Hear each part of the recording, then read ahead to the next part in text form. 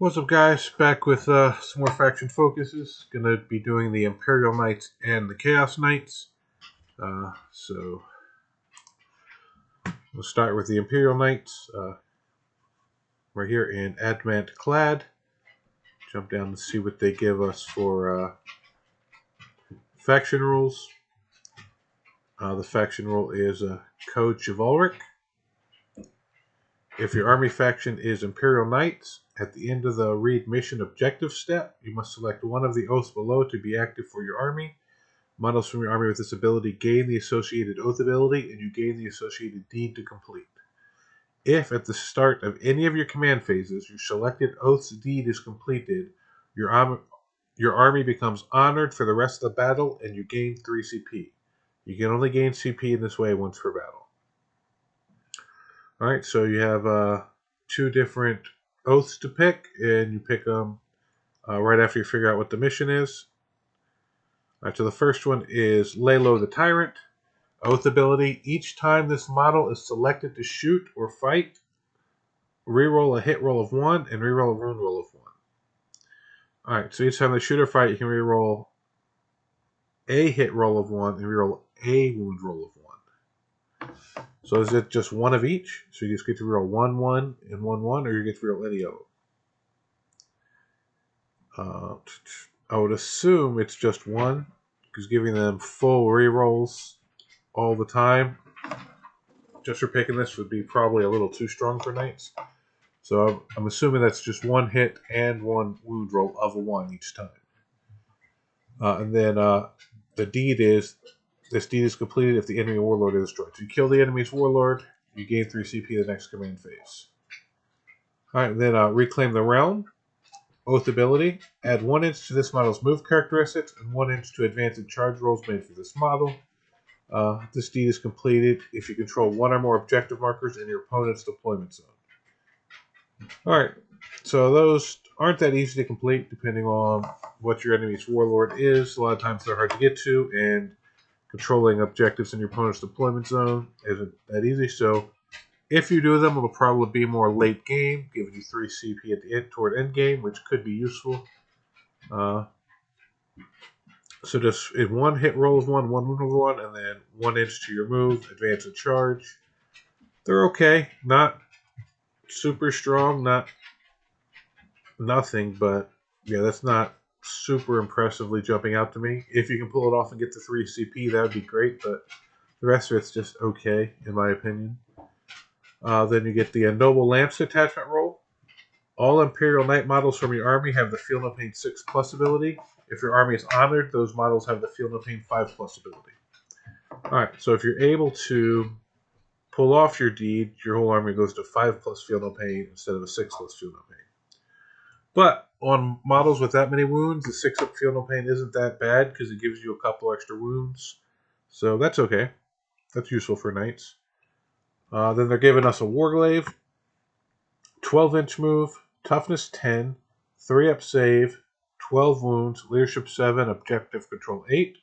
Alright, so toughness 10, so it's a little higher than a Rhino. So they got +3 toughness basically. That's pretty nice. Decent stat profile for the Warglaive.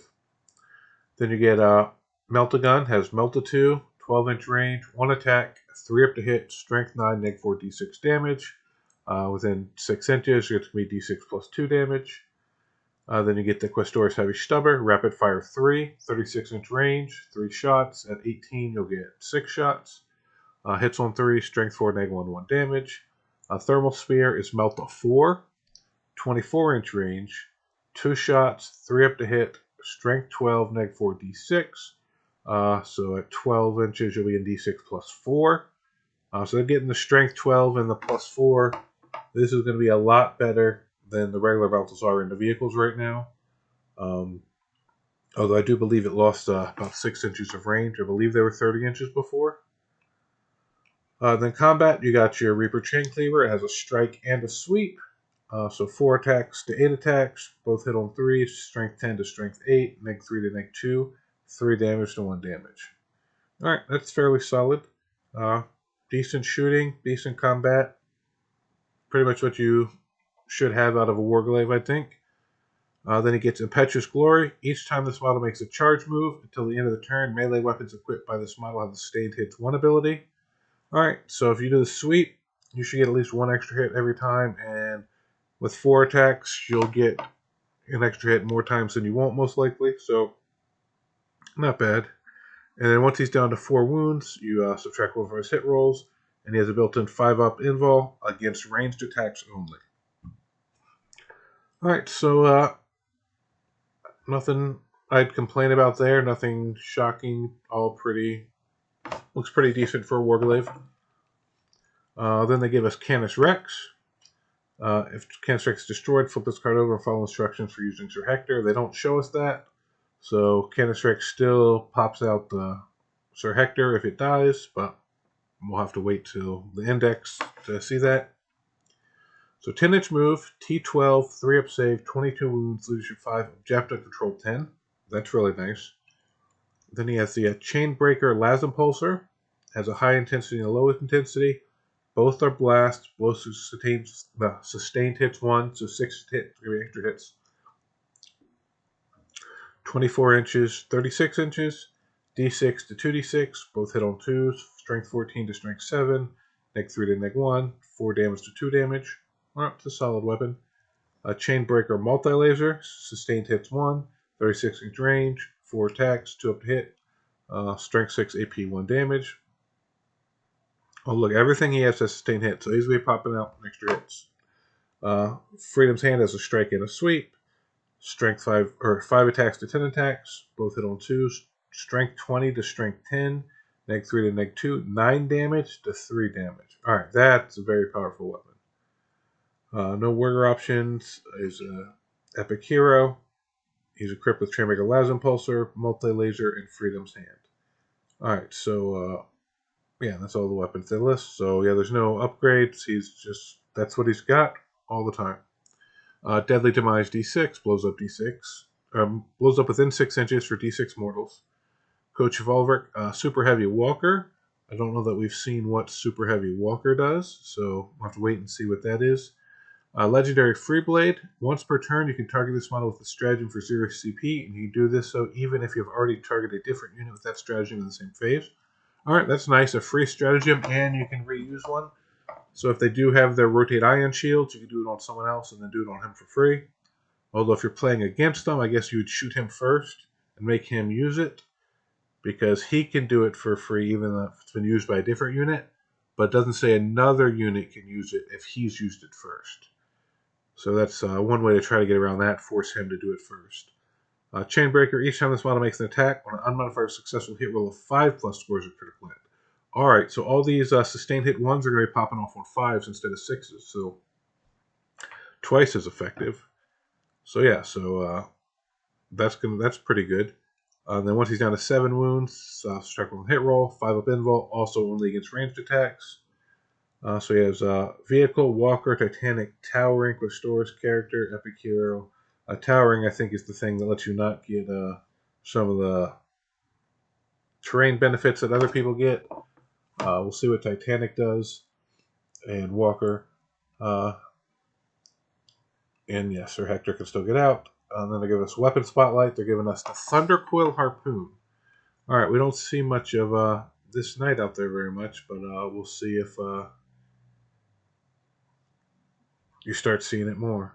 So anti-monster 4+, anti-vehicle 4+, devastating wounds. Alright, so if he hits a monster or a vehicle with it, if he gets a 4-up to wound, it's going to be doing mortals. So 18-inch range, only 1 attack, hits on 2s though, strength 24, neg 6 AP, flat 12 damage. So unless they have an invul save, you're probably not going to need to do the mortals, but if they do, you guys have a 50-50 chance of doing 12 mortals as long as you hit. Alright, and then if you roll a 1, if you take the 1 Layla the Tyrant or whatever, and you roll a 1 on your wound, you get to re-roll it, so it's actually, if you save the reroll for that, so it's actually better than a 50-50 chance of doing the 12 mortals. So you do that into a regular unit, that's carried through. And then what else did they give us? The Rapid Fire Battle Cannon. Alright, this was one of the main weapons you saw. Blast, Rapid Fire D6 plus 3. So 72-inch range, D6 plus 3. So if you're within 36 inches, you're going to be doing 2d6 plus 6 and having blast add on top of it. All right, that thing is putting out some shots. Hits on 3, strength 10, neg 1, 3 damage. All right, that's a very solid weapon. All right, I'm really liking these knight profiles so far. They're looking pretty good. I actually just sold my knights a couple months ago, so I'm kind of regretting that at the moment, but luckily they're not an army that's that hard to build. You only need a couple models. But knights are looking pretty good so far. Let's see what their stratagem is. Shoulder the burden. Your command phase, one Imperial Knights model from your army that has lost one or more wounds. Till the start of your next command phase, improve your model's move, toughness, save, leadership, and objective control characteristics by 1. And each time your model makes an attack, add 1 to the hit roll. Alright, so it's +1 to hit and +1 to move, toughness, save, leadership, and objective control. That's really nice. On the restrictions, you can only use this stratagem once per battle. If your army is honored, you can use this stratagem 1 additional time. Alright, so you can only use it once, but if you become honored, you can use it again. Alright, that's a solid. I mean, you're already strength 12, going to strength 13. The save is nice. Leadership, objective control, move, toughness. All those are pretty big already, so +1 of those isn't that big a thing, I don't think, but +1 save is really nice. And then the +1 hit. So those two, I think, are the real keys to this strat. The rest is just, okay, it's bonus on top of it. Then they give us another stratagem, Trophy Claim. In your shooting phase or the fight phase. Now, it's your shooting phase or the fight phase. So it could be either player's fight phase. One Imperial Knight model from your army that has not been selected to shoot or fight this phase, and one enemy monster or vehicle unit. Till the end of the phase, each time your model makes an attack that targets that enemy unit, add 1 to the wound roll. If your model destroys that enemy unit this phase, you gain 1 CP. But if your model does not destroy that enemy unit this phase, you cannot use this stratagem again for the rest of the battle. Oh, alright, so if you pop this off, you have to kill the model or you can't use the stratagem again. Alright, and then, but if you do kill him, you gain 1 CP. So basically, if you do the thing, you basically did it for free. If you don't, you spend a CP and lose the stratagem for the rest of the battle. It's a rather interesting interaction, but alright. And that's all they give us for the knights. Knights look really good. If I was a knight player, I'd be fairly happy with that. So we're going to jump over into Chaos Knights, see if they keep up with what Imperial Knights got. So right here we got a nice picture. We got the Corruption of Chivalry. And let's see what they give us for rules. What's their army rule is Harbingers of Dread. I can read. If your army faction is Chaos Knights, each model from your army with this ability gains a bonus depending on which dread abilities are active for your army. See below. Once a dread ability is active for your army, that ability applies until the end of the battle. Alright, so battle round 1. While an enemy unit is within 12 inches of this model, each time the enemy unit takes a battle shock or leadership test, subtract 1 from the test. Alright, so -1 leadership and battle shock. Basically starting round 1, so the whole game.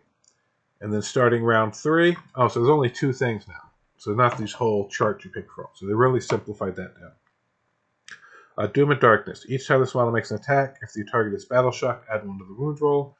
Each time an attack targets this model, if the attacking model's unit is battle shock, subtract 1 from the hit roll. Alright, so this only matters if the unit you're attacking or attacking you is battle shocked. Hopefully your despair aura helps them get battle shocked. That's okay. Like, that all of this bottom part triggers off of people when battle shocked. So they're already at half strength. So they're not doing as much damage. Like, there's not as hard to kill. Like, I don't know. That's not super impressive to me. This is okay. It's okay. Let's see their detachment rule. Forged in Terror. The battle shock step of your opponent's command phase. If an enemy unit that is below its starting strength is within 12 inches of a Chaos Knight model from your army, that enemy must take a battle shock test. For the purpose of this ability, if the unit has a starting strength of 1, it is considered to be below starting strength level and has lost 1 or more wounds. Alright. So this, if you get within 12 inches and they have taken at least 1 casualty, they have to take battle shock tests. Alright, so that team makes this way better. Alright, so now reading the two together, the way they synergized, now this rule's actually alright. Okay, so putting them together, that's already pretty cool. I'm glad they showed the second part, or I would have really been just kind of not interested at all in that rule. All right, then they show us a Knight to Spoiler. They give us both sides of his card. Models Demon Breath Meltagun replaced with one Diablo's Heavy Stubber. So this is just going through all the weapon options you can switch out. So you come stock with the Demon Breath Meltagun, Reaper Chainsword, Titanic Feet, and Warp Strike Claw. Alright, so he's got a movement 10, toughness 12, 3-up save, 22 wounds, leadership 16, objective roll 10. Alright, so both knights were 22 wounds. Looks like they took a couple wounds off of the knights. Then the Demon Breath Meltagun is Relta 2, 12 inches, 1 attack, 3-up to hit, strength 9, neg 4, d6. I'm not seeing anything on it that's different than a regular Meltagun. So I'm not sure why they just wanted to add Demon Breath to it. But range, attack, strength, AP, damage, all are the same as a regular Meltagun. Demon Breath Thermal Cannon, 24-inch range, 2d3 shots. Has blast though, and it's Melta 6. Ballistic skill 3, strength 12, neg 4, d6. So within 12 inches of a d6 plus 6. That's pretty solid. The Spoiler Battle Cannon, blast, rapid fire d6 plus 3. 72 inches, d6 plus 3, 3-up. Strength 10, neg 1, 3 damage. I believe that's the exact same as the Imperial Knight Battle Cannon. So it's going to be within 36, 2d6 plus 6, and installs blast. So, yep, very solid gun. The Spoiler Gatling Cannon, 36-inch range, 18 attacks, 3-up to hit, strength 6, neg 2 damage. Havoc Missile Pod, blast, indirect fire, so can shoot it out of line of sight. 48-inch range, d6 plus 1 attack, hit 3s to hit, strength 5, AP 0, 1 damage. A heavy dark flamer, ignores cover torrent, 12 inches, d6 shots, auto hits, strength 5, neg 1, 1 damage. Don't see anything different there from just a heavy flamer, I don't think. That is like adding extra names to the Chaos Knight stuff, I guess. Diablo's Heavy Stubber, rapid fire 3, 36-inch range, 3 shots, 6 at 18, 3 up to hit, strength 5, AP 0, 1 damage. Ruined Spear Rocket Pod, 48 inches, 3 attacks, 3 to hit, strength 8, neg 2, d6 damage. Hellstorm Autocannons, Anti-Fly 2+, Twin Lit. Alright, so you're going to be wounding things with Fly on a 2, critical wounding them on a 2, and then re-rolling your wounds. 48-inch range, 3 shots, 3 up to hit, strength 7, neg 1, 2 damage. Alright, then you got your Reaper Chainsword. It's got a streak and a strike and a sweep. 4 attacks goes to 12, hits on 3s both. Strength 14 goes to strength 9, neg 4 to neg 3, 6 to 2 damage. Alright, then your Titanic Feet are 4 attacks, 3 up to hit, strength 8, neg 1, 2 damage. Warp Strike Claw has a strike and a sweep as well. 4 attacks goes to 8, 3 plus hit on both. Strength 20 goes to strength 10, neg 3 to neg 2, 8 damage to 3 damage. Alright, so it's got the Titanic Feet and these, but I'm not seeing extra attack on anything. Like if they'd given Titanic Feet extra attacks, you could swing this and swing one of your weapons and that. That'd have been nice, but I don't see why you would choose the Titanic Feet if you come stock with one of your weapons here, unless you can swap them out. Warp Strike Claw. Alright, so you can swap the claw out for a shooting weapon. And where does it say you can gain the chainsword? There it is. Oh, so does he come with... What's he come with? Where does it tell us? Here's the Meltagun, chainsword. So he comes with the chainsword and the Warp Strike Claw, but you can drop them both for combat weapons or for shooting weapons, and then you do the Titanic Feet. Alright, so that makes a little more sense to me. So same rules as the other, except he has Abhorrent. I'm not sure what that does yet. But Towering, Titanic, and Walker. Then they give us the Knight Abominant. 10-inch move, T12, 3-up save, 22 wounds, leadership 6, 10 of dex control. He has the Diablo's Heavy Stubber as well, just the same as it was up there. And he has a Volkite Combuster, devastating wounds, so 6 wounds will do mortals. 30-inch range, 9 attacks, 3 up to hit, strength 12, AP 0 though, but 3 damage. So against anything with really good armor save, you're going to be hoping for the 6s to wound to push that mortals through. Bale Mace has extra attacks, so you'll be swinging that along with your Electro Scourge, which has sustained hits 1. So your Bale Mace is 3 attacks, hits on 3, strength 8, negative 2 damage. And your Electro Scourge is 9 attacks, hits on 3, strength 10, negative 2, 3 damage. Alright, that's solid. Deadly Demise D6, Harbingers of Dread, Super Heavy Walker. Vortex Terrors. Psychic. At the start of your shooting phase, select one enemy unit within 12 of this model. That enemy unit must take a Battle Shock test. Alright, so you're making people take a Battle Shock tests a lot with this army.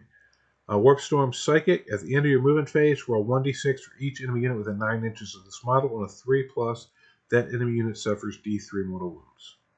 Alright, so you do this in the movement phase, you do mortal wounds to them, and then this pops off in the shooting phase.